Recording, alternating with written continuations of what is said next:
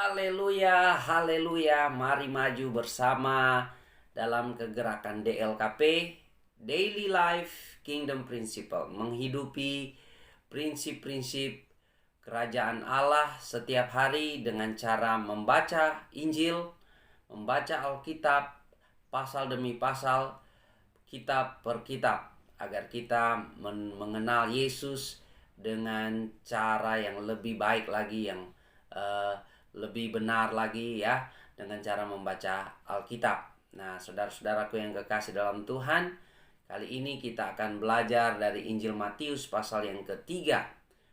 Kita belajar dari kisah Yohanes Pembaptis dan kisah di mana Yesus memberi diri dibaptis. Tema kita kali ini adalah menghasilkan buah pertobatan. Ya, sebelum kita lebih dalam lagi dalam belajar firman Tuhan, teman-teman sekalian subscribe channel Pendeta Raymond Mantik, dukung terus, like, share, dan ingat untuk klik lonceng notifikasi agar Anda menjadi orang yang pertama menerima konten-konten dari channel Pendeta Raymond Mantik. Saya percaya channel ini akan menjadi berkat, berdampak, memuridkan, memberitakan Injil Kerajaan Allah, dan mengembalakan jiwa-jiwa.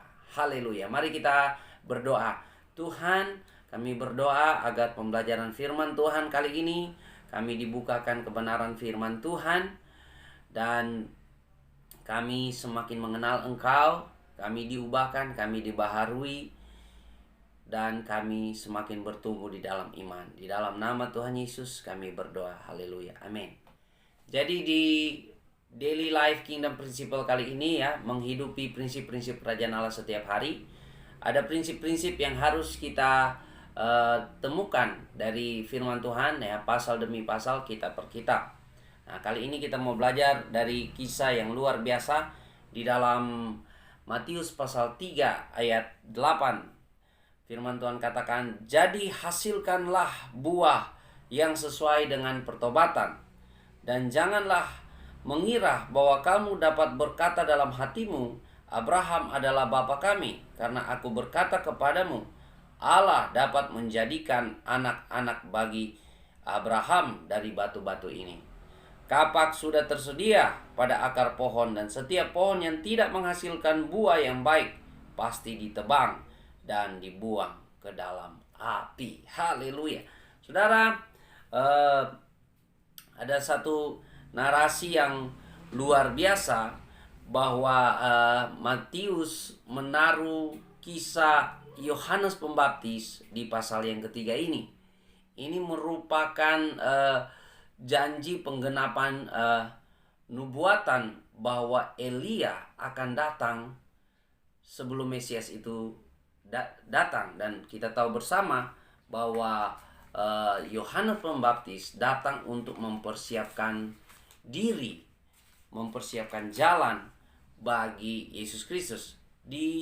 Yang menarik saudara, di dalam kitab Maleakhi pasal yang keempat ya, kitab terakhir di dalam perjanjian lama, pasal keempat ayat keempat sampai dengan keenam, firman Tuhan katakan, "Ingatlah kepada Taurat yang telah kuperintahkan kepada Musa hambaku di gunung Horeb untuk disampaikan kepada seluruh Israel, yakni ketetapan-ketetapan dan hukum-hukum.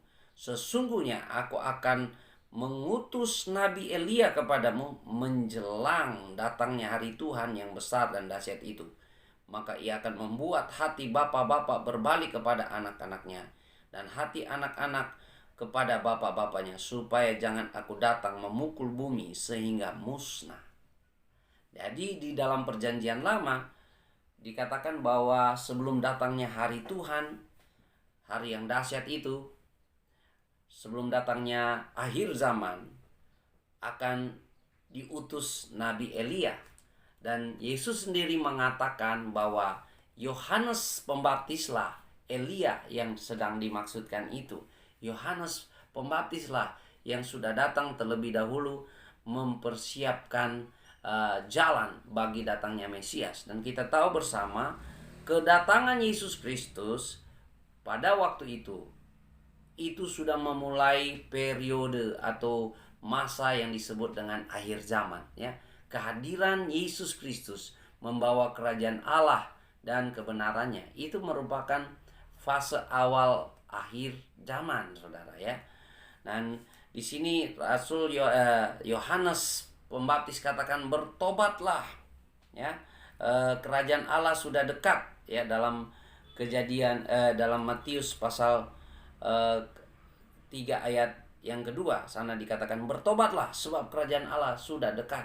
Ini ada satu kesamaan message, satu kesamaan pengajaran dengan Yesus Kristus. Makanya Yohanes Pembaptis itu mempersiapkan jalan bagi datangnya Mesias, hari Tuhan, hari yang besar itu.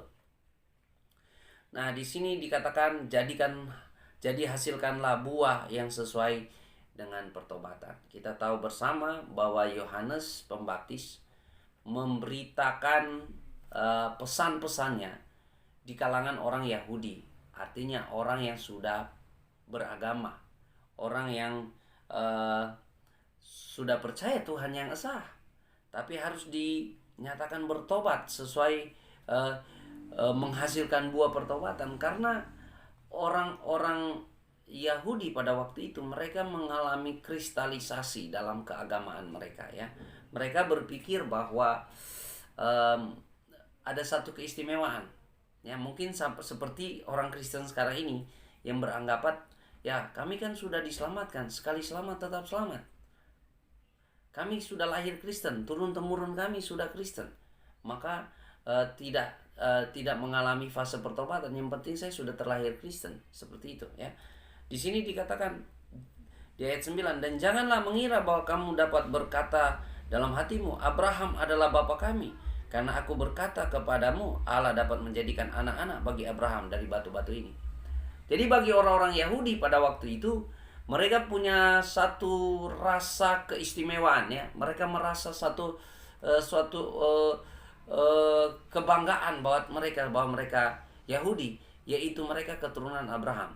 Dan ada pandangan-pandangan atau pengajaran-pengajaran, anggapan-anggapan pada waktu itu bahwa kalau mereka keturunan Abraham, mereka meninggal itu mereka langsung ada di pangkuan Abraham. Jadi mereka punya rasa seperti itu. Namun Yohanes Pembaptis datang dan berkata, hasilkanlah buah yang sesuai dengan pertobatan. Artinya bahwa kehidupan keagamaan mereka pada waktu itu, walaupun mereka sudah beragama, tapi mungkin secara moral mereka bobrok, mereka brutal, ya, dalam praktek sehari-hari, dalam kehidupan mereka mungkin tidak sesuai dengan keyakinan mereka pada waktu itu. Dan kehidupan agamawi mereka yang sudah selama 400 tahun di zaman intertestamentum, ya, di mana muncul Yahudi rabbinik, muncul berbagai keyakinan dalam keyahudian, ya, yang sudah bermacam-macam pengajaran dan pemikiran.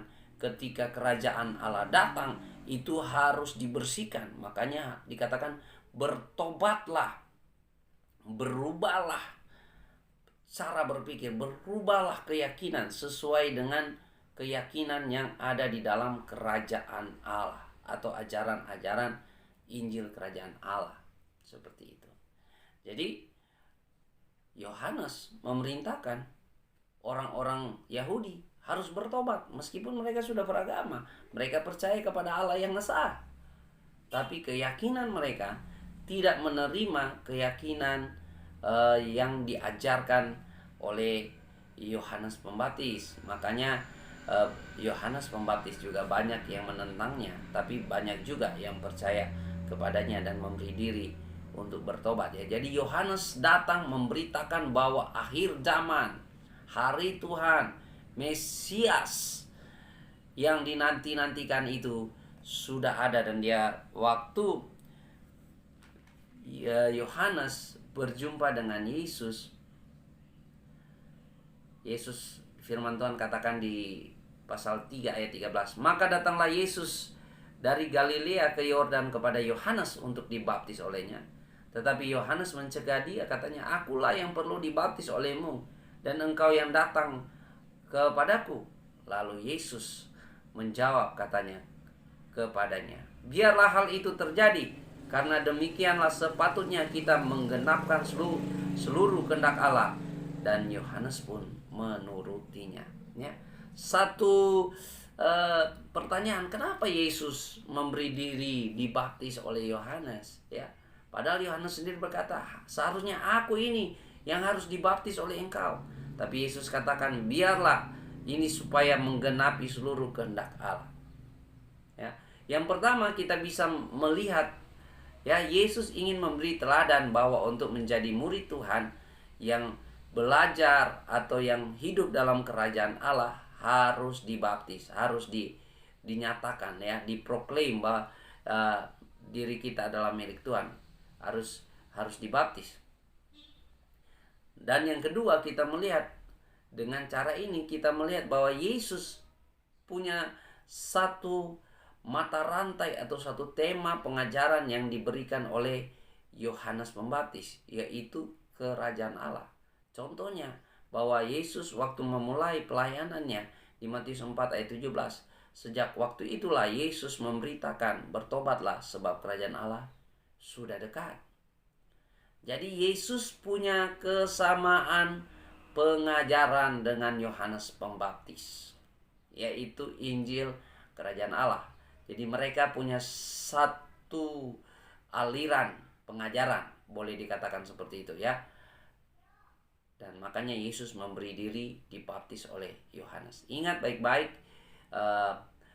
baptisan itu tanda pertobatan, tapi juga dia sebagai tanda bahwa kita menundukkan diri ke dalam suatu pengajaran, ya. Orang Farisi membaptis, orang Saduki membaptis, ya.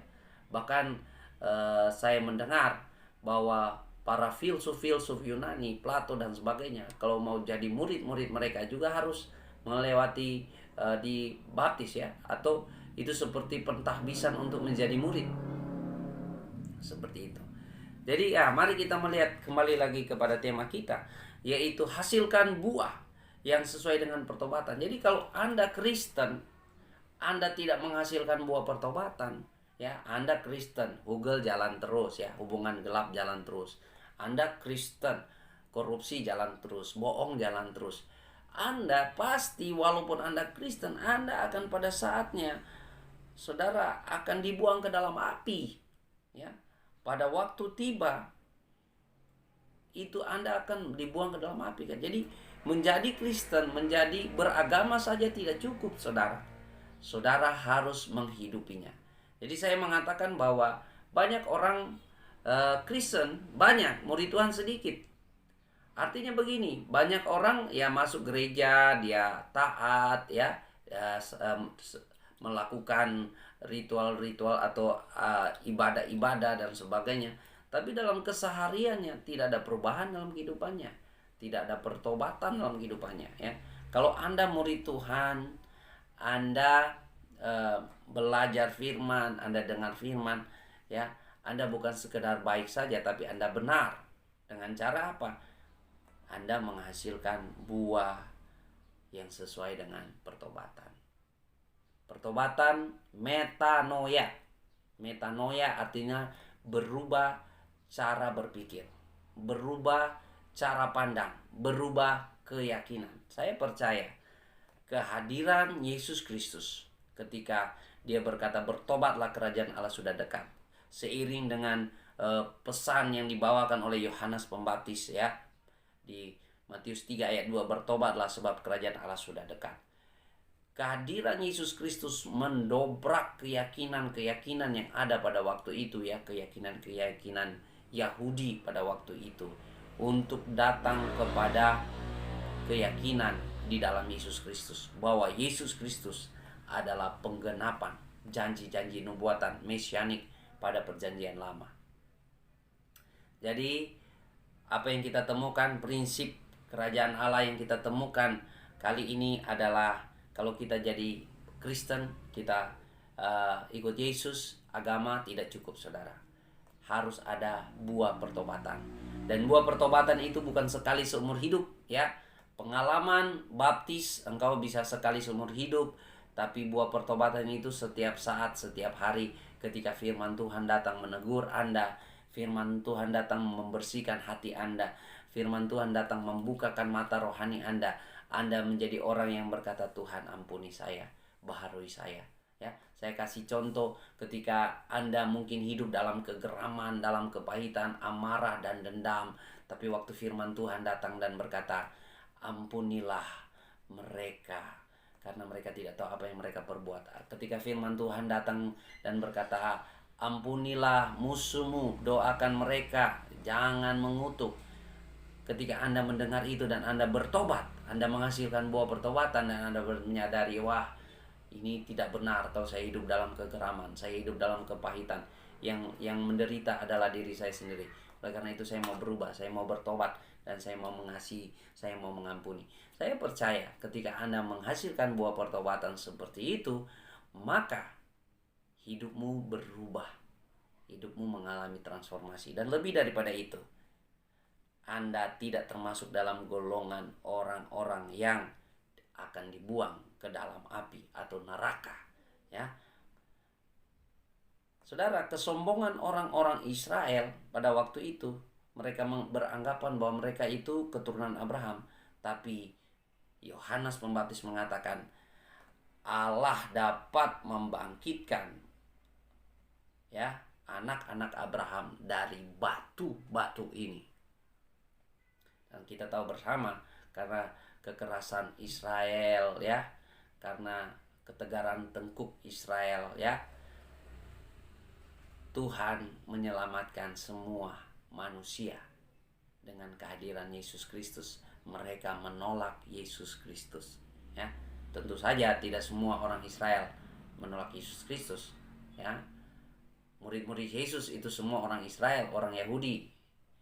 Jadi ya, sampai sekarang ini kita masih berdoa agar orang-orang Israel menerima Yesus sebagai Tuhan dan Juru Selamat mereka. Puji Tuhan, saya berdoa setiap orang yang menyaksikan kegerakan DLKP ini, mereka mengalami perubahan, transformasi dalam kehidupan mereka. Mari kita berdoa. Bapa Surgawi, kami berdoa biarlah pemberitaan firman Tuhan yang singkat ini ada kuasa yang Tuhan alirkan, kuasa Roh Kudus yang mengubahkan setiap hati, agar setiap orang yang belajar firman Tuhan menghasilkan buah pertobatan dalam kehidupan mereka, dalam keluarga, pelayanan, dan pekerjaan. Di dalam nama Tuhan Yesus. Haleluya. Amin. Saudara-saudaraku yang kekasih dalam Tuhan, dukung terus channel Pendeta Raymond Mantik, subscribe, saudara like, share kepada teman-teman yang lain. Pasti saudara akan menjadi berkat lewat channel ini. Dan saudara ingat, klik lonceng notifikasi agar saudara menjadi orang yang pertama mendapatkan konten-konten terbaru dari channel Pendeta Raymond Mantik. Tuhan Yesus memberkati. Maju terus, hasilkan buah pertobatan. Haleluya, haleluya.